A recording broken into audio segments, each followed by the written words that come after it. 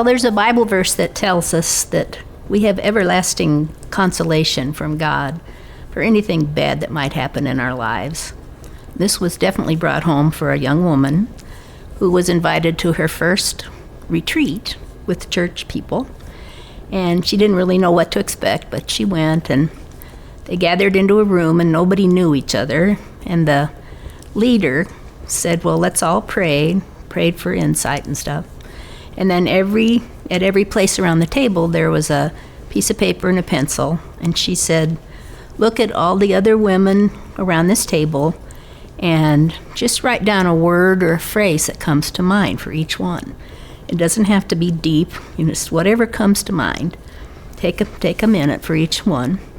So she did that as best she could, and when she came to this one woman, the thought that came into her mind was cherries. She's going, cherries? What's that have to do with Christian life?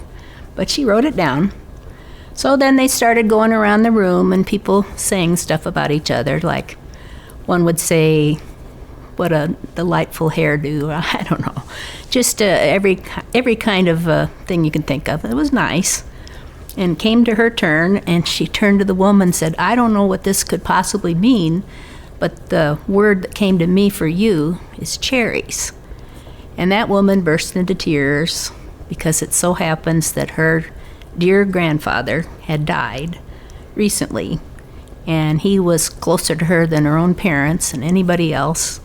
And he was a wonderful guy, and the thing they most liked to do together was to go out and pick cherries from his trees. And so, of all the words in the English language, to come up with that word for her was an acknowledgement or maybe a recognition that love goes on past death if you're a Christian. And it was a sweet, sweet story that I really love.